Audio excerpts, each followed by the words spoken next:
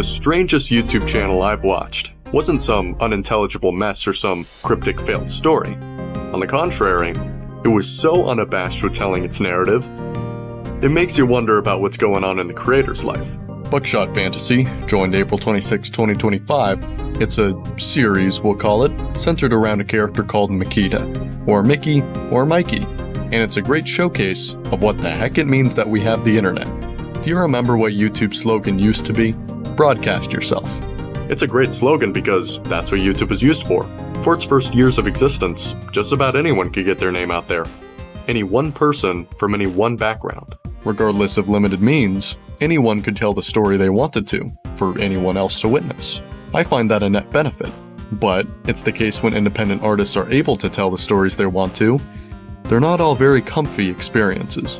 You've noticed Buckshot Fantasy styles itself like an early Newgrounds animation, or some old DeviantArt account.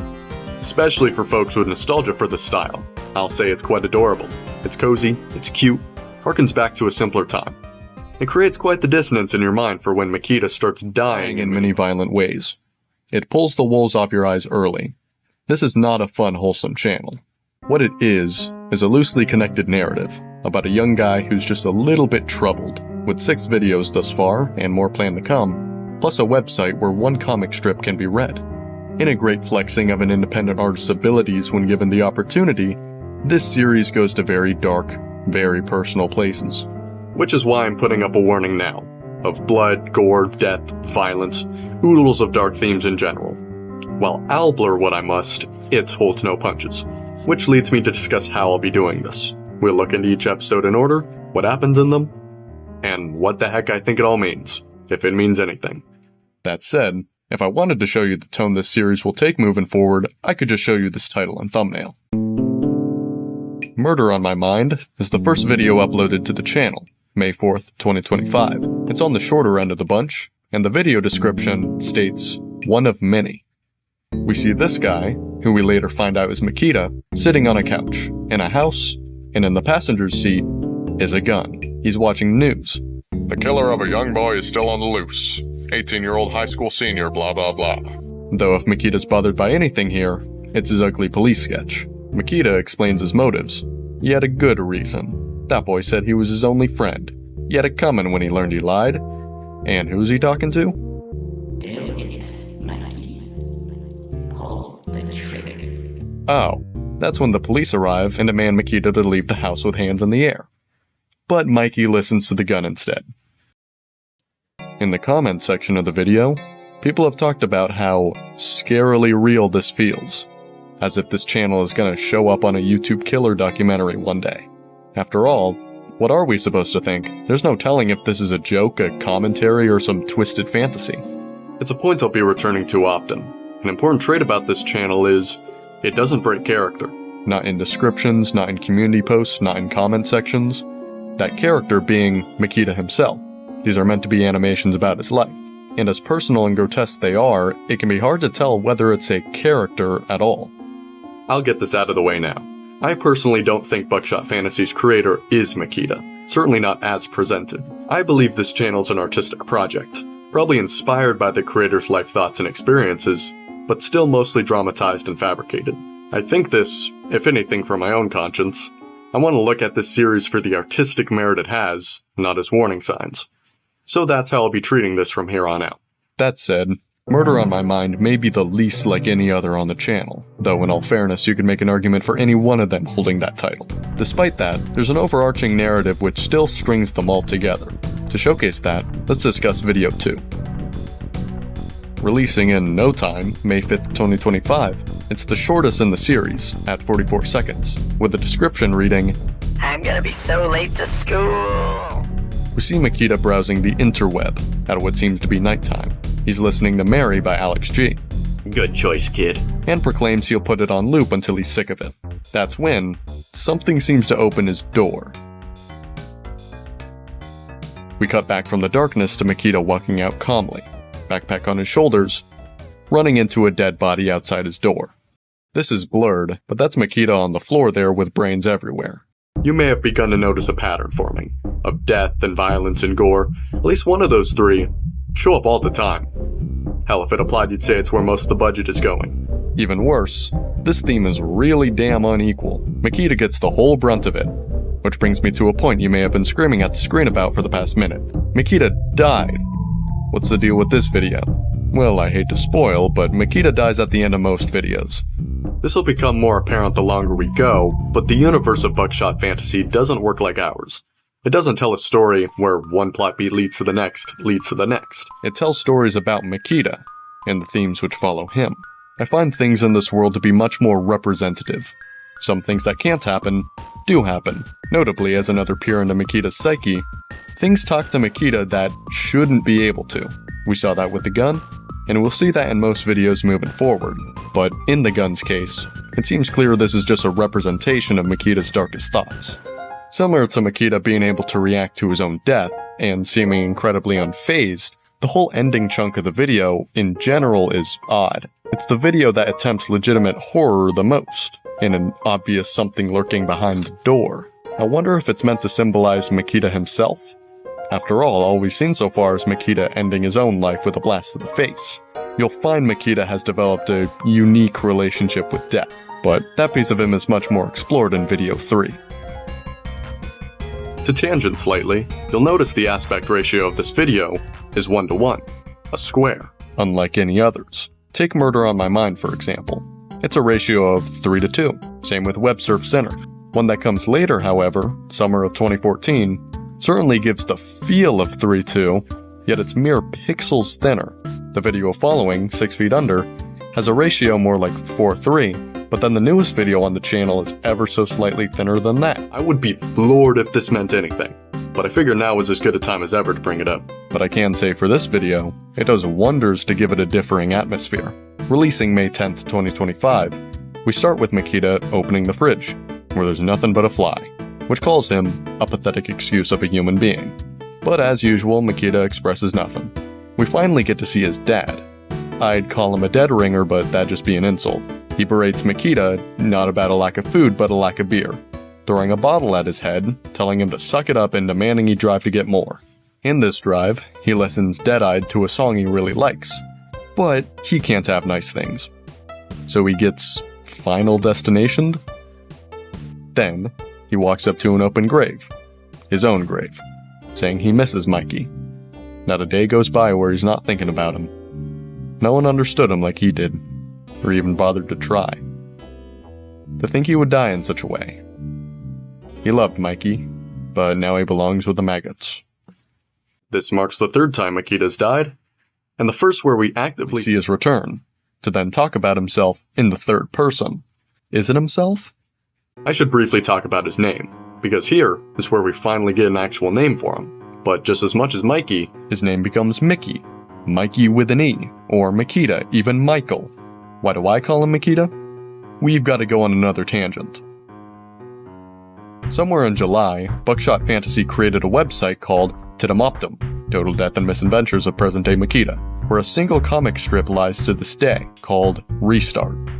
Makita is in a meeting with Death, where he explains how he died this time. In shop class, he was paired up with some bullies. They made him do all the work, and pushed him into a saw blade because they thought it'd be funny. But he was only upset because he embarrassed and pissed himself in front of some cute girls. Death laughs, then acts sorry, and hands him his report, wishing him well.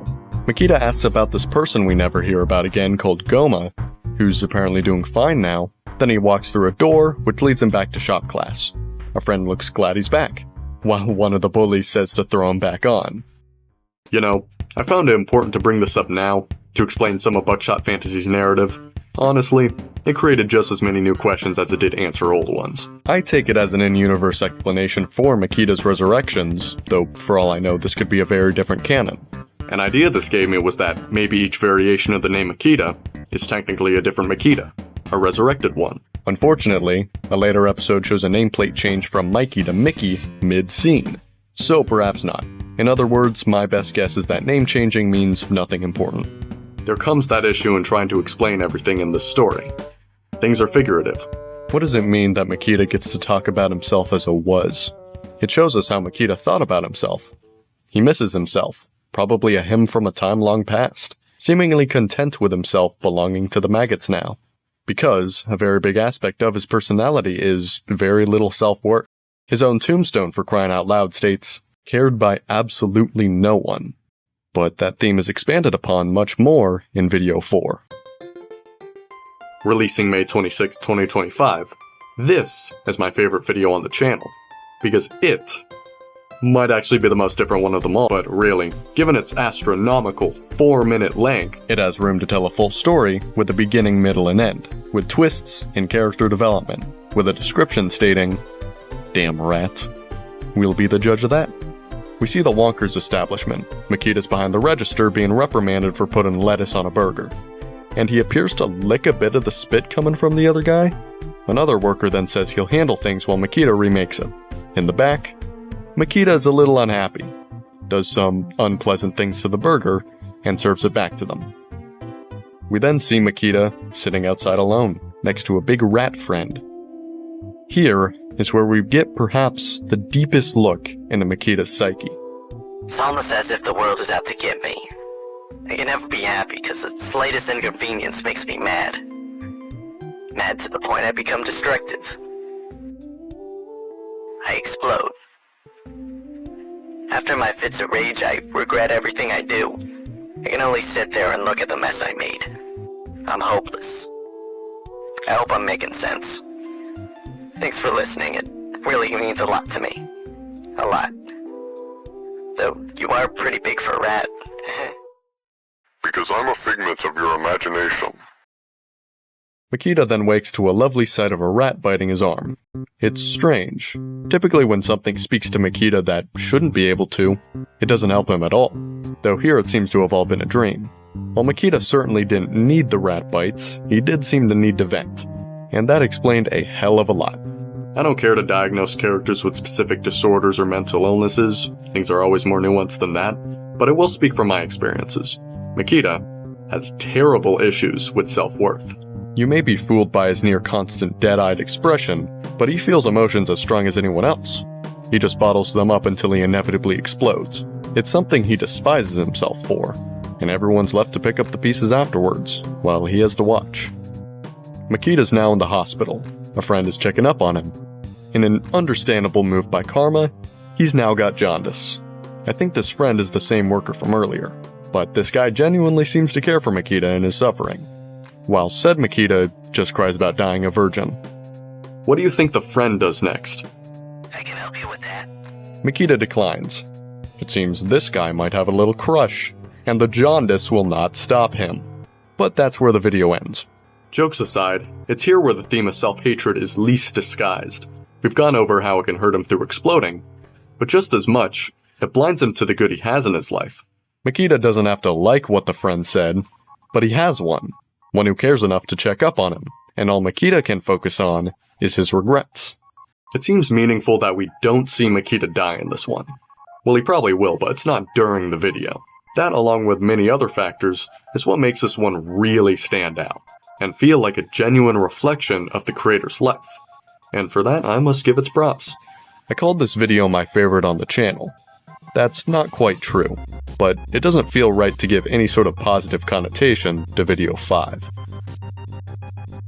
Releasing June 30th, 2025, I think this is the most important video of the channel, because it gives us our only glimpse into the past. I haven't touched the timeline of Buckshot Fantasy because I figured there was none, and I figured the series just wanted to stay mostly timeless, with just a vague 2000s, early 2010s feel. But not here. We get the explicit date of summer 2014, where our Makita is clearly much younger. Back in Murder on My Mind, that describes Makita as an 18-year-old high school senior. So let's do the math. Assuming that video happens in 2025, that'd make Makita born in 2007. That makes us soul brothers. But anyway, that'd then make him 7 in 2014, which is about how old he looks. We'll see how much this really means to anything. Let's just get into the video. We see a young Makita, roughed up, basketball in hand, with a very specifically drawn, poor-looking neighborhood. He's upset that the other kids don't want to play with him. Walking up to his tiny bungalow of a home, he hopes his dad isn't there. But he is, and he's clearly upset about something. He's not hearing about how his son got beat up again. He's preoccupied.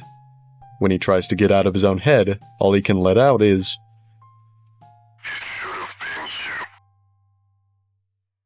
As he goes to strangle Makita, we cut to Makita's POV, where the lone basketball bears witness. You've heard the saying, hurt people hurt people.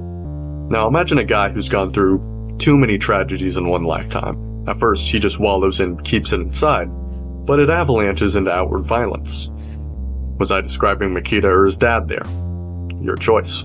I read the line, "It should have been you," to mean Makita's mom is dead, however it happened. It's very hard to give sympathy to abusers, but it should always be attempted to try understanding them. Taking Makita, for example, through just these 5 videos, we've developed a fairly clear story that explains why Makita would turn out the way he does. We feel sympathy for him, and have probably forgotten how he killed his friend after finding out he wasn't special. I'm exaggerating a bit. At this point, I believe that story is just figurative in telling the person who Makita is. But my point is, even disregarding that story, it's implied Makita may not be the greatest person to be around, at least given what he does to that burger, but we extend sympathy to him because of how clearly life has torn him down. His dad has done much worse things that we've seen anyway, but the whole point in showing Makita showcasing similar traits to his dad is to show a cycle of abuse. His dad has probably gone through just as much suffering. These things don't spawn out of nowhere. It's terrible, and it's not fair. You know, I never did say what the description of 6 Feet Under said. Happy Father's Day. Another piece in the puzzle that is Makita is his bullying. Starting in chronological order, he had quite the sucky habit of being pushed away from other kids, not to mention being beat up by them, which happened often enough for him to stop taking it seriously. At a young age, having people your age dislike you, having your own parent dislike you, that's the most terrifying thing in the world. That will change you. Some for the better, a lot for the worse. Namely, it will make it seem impossible that anyone could love you, let alone like you. And that's exactly what we see in Makita. Its biggest involvement to a plot is in the comic, where Makita literally had his head shoved into an active saw blade by his bullies, and they'd gladly do it again, and everyone treats it like it's normal. That obviously didn't actually happen, it's just a projection of how Makita views his bullies. Now is also a good time to bring up Buckshot Fantasy's community posts. Minus one promoting the comic website, they each show an image. The first of Makita and 2 others. Thomas appears to be the blonde, and Eric the one with glasses, with the text above saying, "Threesome." I don't know what to make of this. Apparently this was made while Clip Studio Paint was down. Explained in one of the few comments I've seen Buckshot Fantasy make on their own channel. The only other one I've seen was in summer of 2014. I want to play with the other kids.